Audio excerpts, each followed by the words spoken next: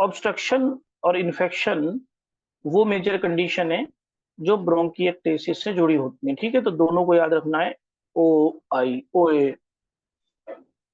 Obstruction, infection, दो major condition बताई ना मैंने। पैथोजेनेसिस है ये, मैं आपको दिखा दूं नीचे ऊपर, ये पैथोजेनेसिस को बात कर रहे हैं हम।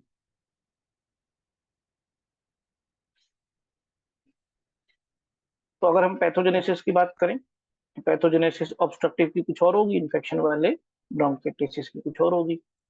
ऑब्स्ट्रक्शन वाले की देखते हैं क्या पैथोजेनेसिस होती है, कि जब रास्ता रुक गया, ब्लॉक हो गया रास्ता, तो जो क्लियरिंग मैकेनिज्म है, जो म्यूकस प्रोड्यूस होता है उसको निकालने के लिए बाहर, पाइपलाइन से बाहर निकालने के लिए म्यूकोसिलियरी सिस्टम होता है हमारी बॉडी में।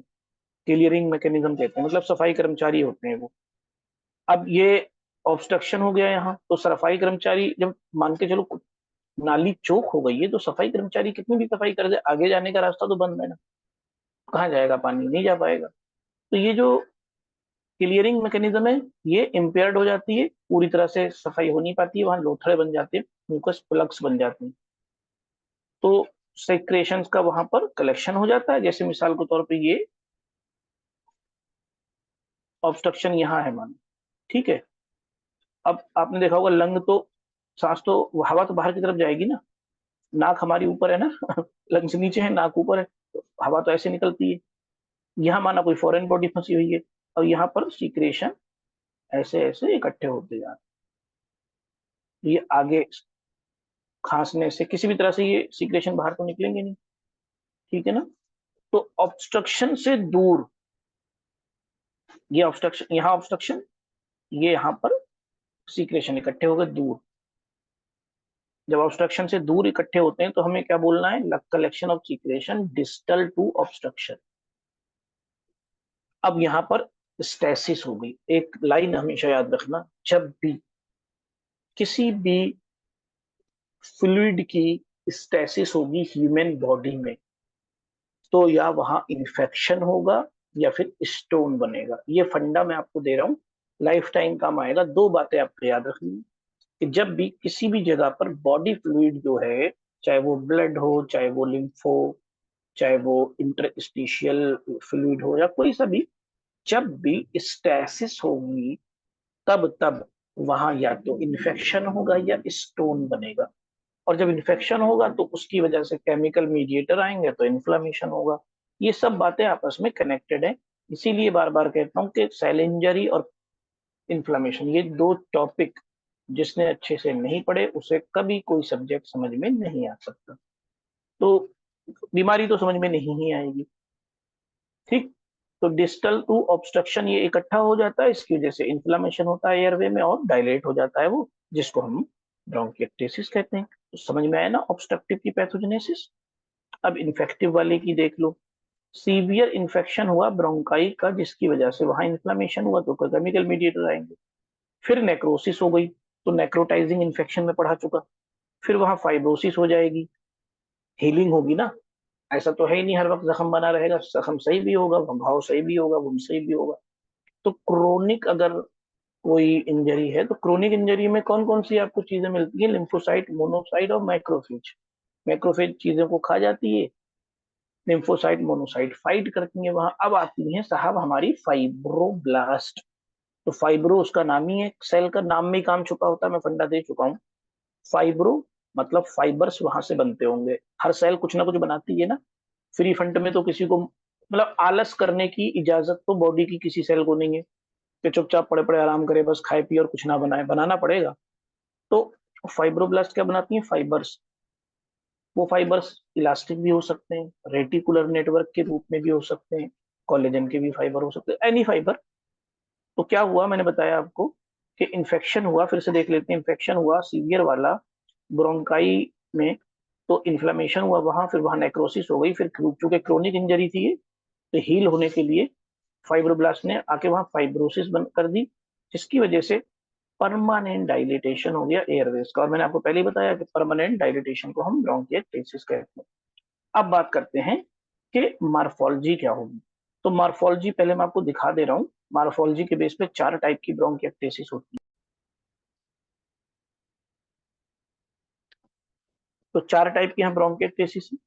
पहली है सिलेंड्रिकल, फ्यूजिफॉर्म, सेक्युलर, वेरिकोज। देख रहे हैं ना, ये सिलेंड्रिकल है, ऐसे ऐसे पाइपलाइन आई हुई है ये सिलेंडर के टाइप की। ये देखो, ये डायलेट हो रखी है, ठीक है। फ्यूजिफॉर्म होता है मूली की तरह, देखना ना, मूली जैसे फूली हुई है बीच में और किनारों पे पतली है।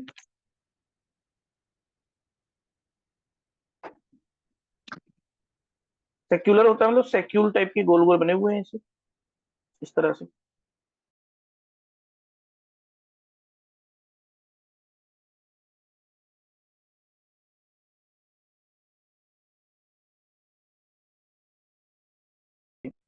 ये कंडीशन वेरिकोज कहलाती है। तो ये मार्फोलॉजिकल क्लासिफिकेशन कह सकते हो, मार्फोलॉजिकल टाइप कह सकते हो। ब्रोंकिएक्टेसिस का कंसेप्ट तो देखिए वही रहेगी, डेफिनेशन वही रहेगी, permanent and irreversible dilatation of bronchi and bronchioles, ये डेफिनेशन रहेगी। चाहे आप उसको एटियोलॉजी के बेस पे डिवाइड कर दो, नॉन ऑब्स्ट्रक्टिव, ऑब्स्ट्रक्टिव, या फिर आप उसको कंजेनाइटल और जेनेटिक, या कंजेनाइटल और एक्वायर्ड के बेस पे डिवाइड कर दो, या फिर दिखने के हिसाब से, मार्फोलॉजी के हिसाब से डिवाइड कर दो। तो डिवाइड करो किसी भी तरह से, उसका जो मैकेनिज्म है वो तो नहीं चेंज होगा ना। रहेगी तो वो इरिवर्सिबल ही रहेगी, तो वो परमानेंट डायलिटेशन वाली बीमारी ही, जिसकी वजह से सिम्टम्स आएंगे। तो ये जो चारों टाइप हैं, इसको मैं आपको थ्योरेटिकली भी थोड़ा सा बता दे रहा हूँ।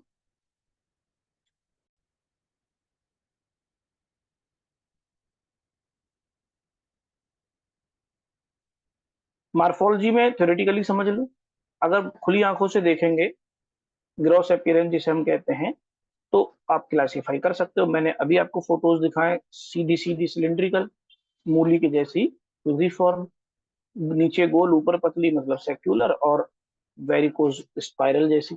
चार टाइप ये मॉर्फोलॉजी के बेस में, ठीक है ना। तो आप एग्जामिनर को और बढ़िया सा एक्सप्लेन कर सकते हो और बढ़िया मार्क्स मिलेंगे आपको। अगर आप प्रैक्टिशनर हो तो आपकी नॉलेज के लिए ये चीज हो गई, है ना।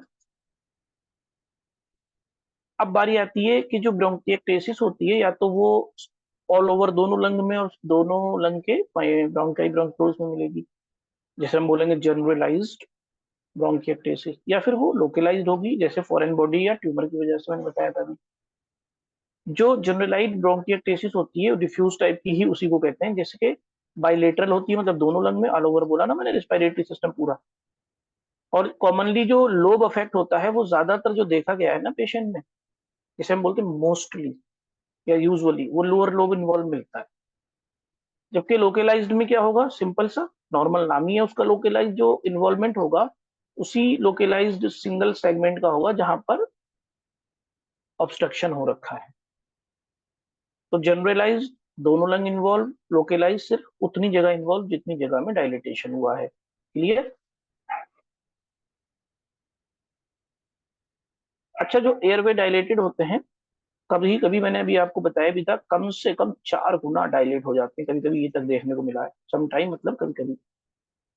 मान के चलो एयरवे की डायमीटर 1 सेंटीमीटर है, तो कभी कभी आपको 4 सेंटीमीटर तक डायलिटेशन देखने को मिलेगा। यानी अगर मान के चलो इतना चौड़ा पाइप है, ये मान लो 1 सेंटीमीटर, तो डायलिटेशन जब 4 सेंटीमीटर होगा, कितना चौड़ा होगा, इतना चौड़ा होगा, 4 गुना। इतने इतने चौड़े भी एरियाज देखने को मिलते हैं, ठीक है। कई बार जो डायलेटेड ब्रोंकाई और ब्रोंक्यूल्स होते हैं, वो इतने ज्यादा डायलेट हो जाते हैं कि आप उन्हें प्लूरल सरफेस से भी महसूस कर सकते हो, देख सकते हो, प्लूरल सरफेस से। जबकि नॉर्मली होता क्या है, ज्यादा से ज्यादा नॉर्मल पेशेंट में जो नॉर्मल वाले ब्रोंकाई और ब्रोंक्यूल्स होते हैं, उन्हें सिर्फ ट्रेस किया जा सकता है प्लूरल सरफेस से 2 सेंटीमीटर अंदर तक, बस उसके बाद आगे ट्रेस नहीं हो पाते नॉर्मल वाले ब्रोंकाई एंड ब्रोंक्यूल्स। लेकिन ब्रोंकिएक्टेसिस वाले जो होते हैं, वो 4 गुना ज्यादा डायमीटर हो गई है, तो उन्हें आप फॉलो भी कर सकते हो, ट्रेस भी कर सकते हो प्लूरल सरफेस तक। बात समझ में आ गई।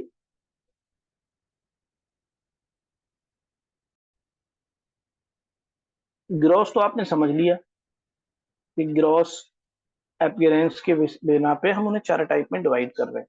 अब बारी आती है कि माइक्रोस्कोप से देखेंगे ब्रोंकिएक्टेसिस वाले लंग को, उसकी स्ट्रक्चर को, तो क्या दिखेगा। तो एक तो डायलिटेशन ऑफ ब्रोंकाई और ब्रोंक्यूल्स का जो हम पढ़ते आ रहे हैं, ये तो दिखेगा ही दिखेगा भाई, ये तो रट गया होगा अब तक अब आपको। लेकिन इन डायलेटेड वाले ब्रोंकाई या एयरवेज में होता क्या है, तो फ्रीक्वेंटली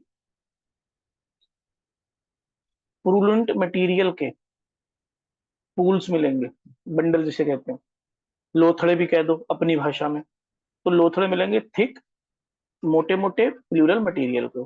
ठीक। दूसरा है डी स्क्वेमेशन ऑफ लाइनिंग एपिथेलियम। तो मिसाल के तौर पे जो सरफेस की एपिथेलियम है, ये पील ऑफ हो जाएगी, ठीक है ना, बिल्कुल पील की तरह निकलेगी। डी स्क्वेमेशन का मतलब होता है desquamation. Desquamation means peeling of the lining epithelium. अब जब लाइनिंग शेड होगी, बार बार एपिथेलियम टूट टूट के वहां से गिर जाएगी, निकल जाएगी, तो एपिथेलियम तो एक दीवार का काम कर रही है ना। तो मिसाल के तौर पर अगर एपिथेलियम इतनी चौड़ी थी, ये, अब यहाँ पर बीच बीच में ऐसे ये जगहें खाली हो गई, यहाँ की एपिथेलियम टूट के गिर गई, तो क्या होगा, नेक्रोटाइजिंग अल्सरेशन हो जाएगा, अल्सर बन जाएंगे वहां, नेक्रोटाइज। फिर स्यूडो स्ट्रेटिफिकेशन हो सकता है कॉलमनर सेल्स का। कॉलमनर सेल्स स्क्वेमस एपिथेलियम में कन्वर्ट हो सकती हैं। इसको अडाप्टेशन नाम दिया था मैंने सेल इंजरी के चैप्टर में, याद रखो। जब एक टाइप की लाइनिंग एपिथेलियम इंजरी से बचने के लिए, इंजूरियस एजेंट से बचने के लिए खुद का रूप बदल ले, तो जिस रूप में वो कन्वर्ट होती है, मेटाप्लेजिया का नाम भी उसी रूप में होता है। जैसे अगर कॉलमनर एपिथेलियम स्क्वेमस में कन्वर्ट होंगी, तो हम कॉलमनर मेटाप्लेजिया नहीं बोलेंगे, वो जिस रूप में कन्वर्ट होंगे ना, उसके नाम के साथ मेटाप्लेजिया लगेगा। तो यहाँ पर कॉलमनर एपिथेलियम या कॉलमनर सेल्स स्क्वेमस में कन्वर्ट हो रही है ना, तो मेटाप्लेजिया का नाम स्क्वेमस मेटाप्लेजिया होगा। क्लियर। अगर आप ब्रोंकियल वॉल की स्ट्रक्चर को माइक्रोस्कोप से देखो बहुत ध्यान से, बारीकी से, तो इंटेंस एक्यूट और क्रोनिक दोनों तरह का इन्फ्लेमेटरी इन्फिल्ट्रेट मिलेगा। ठीक। केमिकल मीडिएटर दोनों तरह से मिलेंगे, एक्यूट वाले भी और क्रोनिक वाले भी। क्लियर। अब आती है बारी कॉम्प्लिकेशन और क्लिनिकल फीचर की। तो पहले कॉम्प्लिकेशन देख लेना, फिर क्लिनिकल फीचर देख लेना।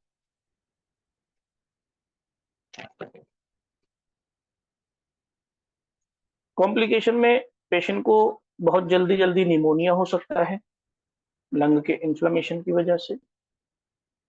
अगर प्लूरल स्पेस में पस का कलेक्शन हो जाए, तो उसे एम्पाइमा बोलेंगे, वो हो सकता है किसको, ब्रोंकिएक्टेसिस के पेशेंट को। कब होगा, बहुत जल्दी जल्दी होगा।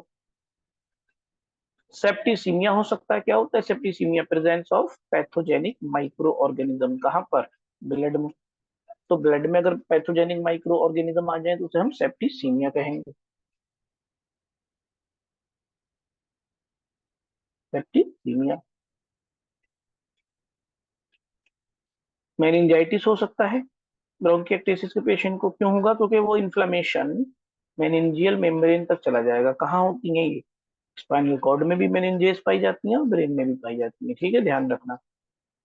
मेटास्टैटिक एब्सेस बन सकते हैं, ब्रेन के अंदर बनेंगे ज्यादातर इस तरह के एब्सेस।